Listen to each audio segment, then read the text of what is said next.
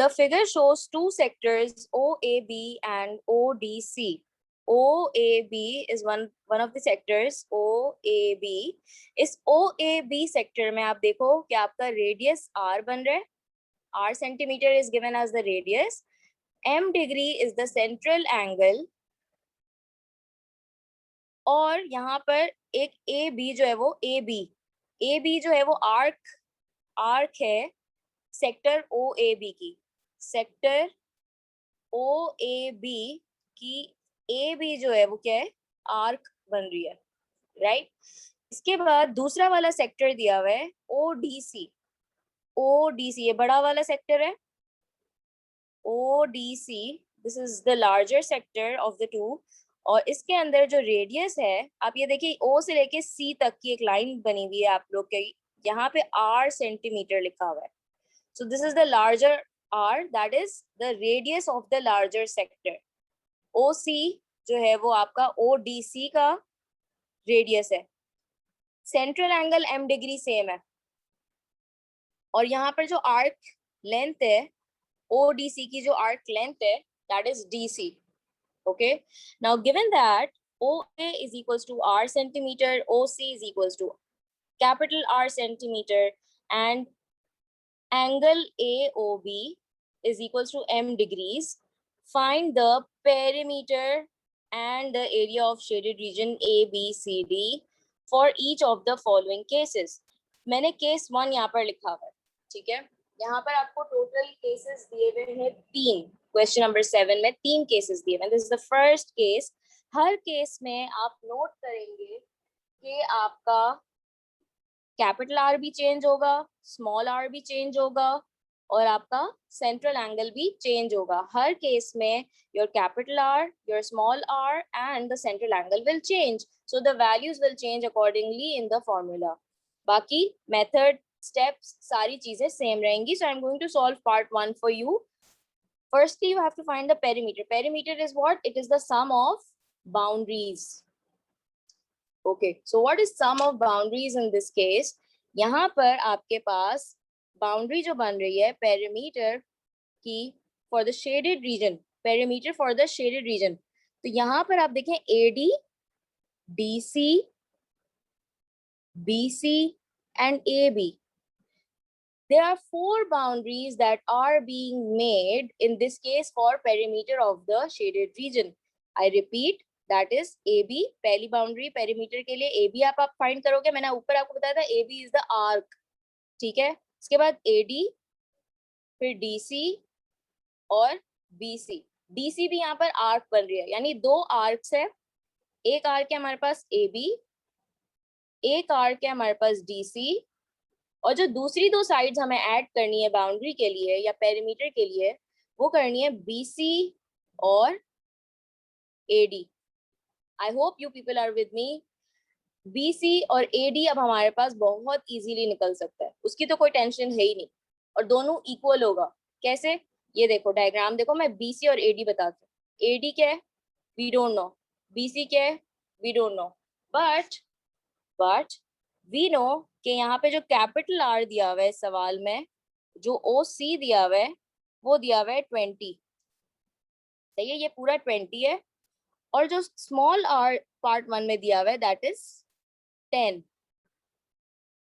तो अगर मैं ये पूरा अगर 20 है, फॉर एग्जांपल अगर ये OC जो है वो R है, तो इसका मतलब जो OC है वो OD के इक्वल हुआ. OC और OD दोनों ही रेडियस हुए ना, सेंटर से स्टार्ट हो रहे हैं. तो सेंटर से जो भी पॉइंट स्टार्ट होगा सेक्टर के अंदर, वो दोनों इक्वल होगा. For example this is O, this is D and this is C. And this is DC arc. तो OD मेरे पास अगर OC 20 है तो OD will also be 20. Okay? OD is 20 यहाँ से लेके यहाँ तक. और OD में से मुझे पता है कि जो यहाँ पर पॉइंट A बन रहा है, OA, इतना पॉइंट O से लेके A तक का पॉइंट 10 दिया हुआ है. तो जो बाकी का बच गया ये वाला पार्ट AD, ये क्या होगा? 20 माइनस ये पूरा 20. इस 20 में से मैं इतना पार्ट माइनस कर दूंगी, तो जो लेफ्ट ओवर पार्ट होगा that will be 10. Okay, so AD is 10. Now this AD is actually equals to BC, because यहाँ पे भी यही कहानी चल रही है। जो इस साइड पर कहानी मैंने अभी आपको ये वाली पूरी बताई ना, ये कहानी इस साइड पर भी यही सेम एग्जैक्टली यही कहानी चल रही है। क्योंकि ये देखो, ये पूरा OC जो है वो 20 है, और OB हमारा स्मॉल रेडियस है जो कि 10 है। तो 20 में से 10 माइनस करेंगे तो ये BC हमारे पास will also be 10। So it means that if AD is 10, so BC is also 10। ADBC आ गया। अब आर्क लेंथ की बात करते हैं।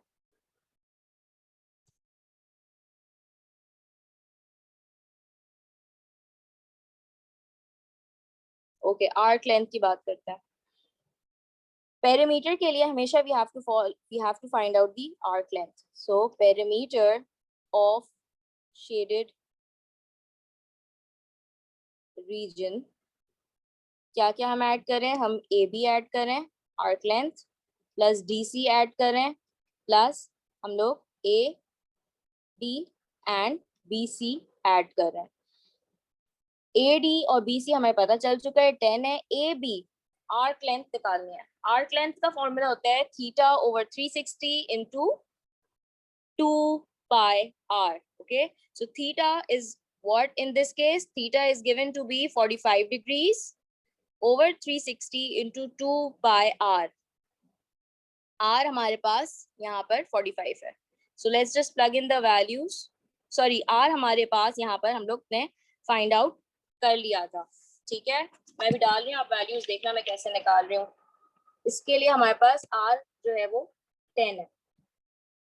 So theta over 360 into 2 pi, and R is in this case is 10, plus theta over 360 into 2 pi, R जो है वो हमारे पास कैपिटल R 20 है। मैंने कैसे निकाला? आई होप ये आप लोग को क्लियर है। देखो, ये AB की आर्क लेंथ थी, तो मैंने यहाँ पे AB के लिए वर्किंग करी है सारी। 45 डिग्रीज ओवर 360 डिग्रीज इंटू 2 पाई, और R जो था वो हमारे पास AB के लिए मैंने स्मॉलर सेक्टर का रेडियस कंसिडर किया। AB जो है वो आर्क बन रही थी स्मॉलर सेक्टर की, तो स्मॉलर सेक्टर का जो रेडियस था वो क्या था? OA, जो कि R है।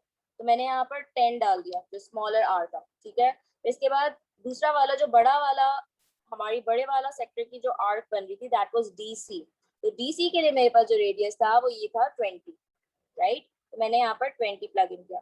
बाकी आपने ऐड कर देना है AD प्लस AD और BC, जो कि हमने प्लस 10 प्लस 10। आप लोग इसको एक ही लाइन में लिखिएगा, मैंने इसकी यहाँ कंटिन्यूएशन करी है। इसको आप कैलकुलेटर पर डायरेक्टली आप लोग सॉल्व कर लेंगे तो आप लोग के पास total perimeter of the shaded region आ जाना चाहिए। तो आ जाओ कैलकुलेट करते हैं। 45 over 360 into 2 pi into 10 will give us 7.8539। मैं इसको 5 सिग्निफिकेंट फिगर तक रखूंगी बिकॉज ये इंटरमीडिएट वर्किंग है। ठीक है, आप 4 5 कहीं तक भी रख सकते हो, लेकिन 3 मत रखना। 3 सिग्निफिकेंट इंटरमीडिएट में नहीं आता है। Okay, for accurate results. तो 7.8539 plus 45 over 360 into 2 pi r, which is 15.707 plus 10 plus 10 is 20. Overall answer जब आप लोग इसको ऐड करोगे, so it will be 43.6 centimeters to 3 significant figures. Directly round off करके आंसर निकालिए। So for area of shaded region A, B, C, D, we are moving to the second component of this question, area of shaded region A, B, C, D. Firstly, we are going to find out ODC, the area of the sector ODC. Overall पूरा area of sector निकालेंगे। बड़े वाले sector का area निकाल के जो छोटा वाला सेक्टर है OAB उसको माइनस करेंगे। आई रिपीट, सबसे पहले हम लोग बड़े वाले सेक्टर का एरिया निकालेंगे विच इज ODC। ये पूरा एरिया ऑफ सेक्टर का फॉर्मूला लगा के हम बड़े वाले सेक्टर का एरिया निकाल लेंगे। हमारे पास बड़े वाले सेक्टर का एरिया आ जाएगा। इसके बाद हम लोग स्मॉलर सेक्टर का एरिया निकालेंगे। इसका OAB, इन दोनों सेक्टर्स का एरिया निकाल के अगर मैं आपस में माइनस कर दूंगी तो मेरे पास एरिया ऑफ शेडेड रीजन बच जाएगा ना, ABCD। ऐसा ही है, बड़े वाले सेक्टर का एरिया निकालो, छोटे वाले सेक्टर का एरिया निकालो, दोनों को आपस में माइनस कर दो तो ABCD जो शेडेड एरिया है, शेडेड रीजन का एरिया है, वो हमारे पास आ जाएगा। सो लेट्स फाइंड आउट सबसे पहले बड़े वाले सेक्टर का area. Area of shaded region, बड़ा वाला सेक्टर जो हमें दिया हुआ है, that is area of shaded region is equals to, technique सबसे पहले लिखते हैं, ठीक है। So I am going to write the technique, area of sector, बड़ा वाला सेक्टर कौन सा है, ODC, minus area of sector, the smaller sector basically, which is OAB. Now, area of sector ODC formula will be same, theta over 360 into pi r square. So for sector ODC, what will be the radius? ODC. ODC, the radius will also be the larger one, that is capital R. Capital R हमें value दी हुई है 20. सही है, बड़े वाले sector का मैं अभी ऊपर पेरीमीटर में भी रेडियस जब यूज किया था तो हम लोग बड़े वाले सेक्टर के लिए कैपिटल R यूज कर रहे थे। कैपिटल R जो था वो बड़े वाले सेक्टर का रेडियस है और स्मॉलर r जो है वो छोटे वाले सेक्टर का रेडियस है। बाकी थीटा दोनों के लिए जो सेंट्रल एंगल है दोनों के लिए वो सेम रहेगा, जो कि है 45 degrees. Okay, so just let's directly plug in 45 upon 360 into pi r मेरे पास इस केस में है 20 square minus theta upon 360 degrees, I'm forgetting the degrees, multiply by pi 10 square, and then just directly solve these. So you are going to get two values which will be 157.07 minus 39.26. अच्छा, इसको अगर मैं 5 तक करती हूँ तो क्या आएगा, 45 over 360 into 100 by, which will be 39.269, and simply subtract this, it should be 117.8. After you round it off to 3 significant figures, it will be 118. इसका यूनिट होगा स्क्वायर्ड सेंटीमीटर, बिकॉज ये एरिया है, ठीक है, area is in squared centimetres. So that's your answer for area of shaded region. This was part 1 complete of question number 7, exercise 10B. Now please, after this, if you have any questions, ask me jaldi se, and then you will start with part 2 yourself. In the figure, the area of the shaded sector POQ is 5 upon 18 of the area of the whole circle. एक circle दिया हुआ है, उसके अंदर आप लोग को एक सेक्टर दिया हुआ है और ये सेक्टर शेडेड है. This is O, this is Q, and this is P. This is the theta which is not given to you. आपसे पार्ट 1 में बोला है फाइंड एंगल POQ.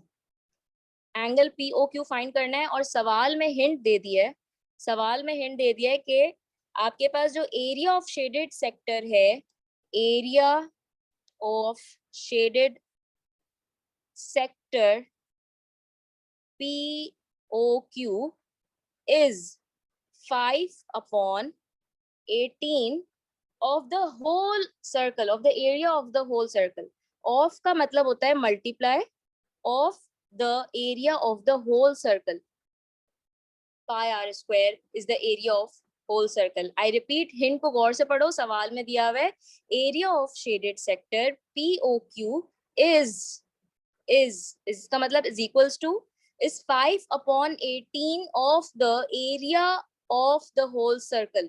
Of का मतलब है multiply of the area of the whole circle, और whole circle का area होता है पाई आर स्क्वायर. तो ये वाली चीज जब आप लोगों ने बना ली तो बस क्वेश्चन का कोर आपको समझ आ गया. एरिया ऑफ शेडेड सेक्टर का फॉर्मूला क्या होता है, theta over 360 into pi r square is equals to 5/18 into pi r square. अच्छा, pi r square on both sides can be cancelled. Theta हम लोग को फाइंड आउट करना है, तो हम थीटा जो है वो एज इट इज रखेंगे. Theta over 360 is equals to 5/18. Now simply, क्योंकि दोनों साइड्स पर डिनोमिनेटर है, कुछ ऐड नहीं हो रहा, कुछ सब्ट्रैक्ट नहीं हो रहा, बीच में इक्वल्स टू साइन है, simply cross multiply. Simply cross multiply. 18 theta is equals to 5 into 360 will be 1800. And when you make theta the subject, so it will be 1800 upon 18, which will be 100. So theta जो आया हमारे पास 100 degree answer. Theta is equals to angle POQ, which is equals to 100 degrees.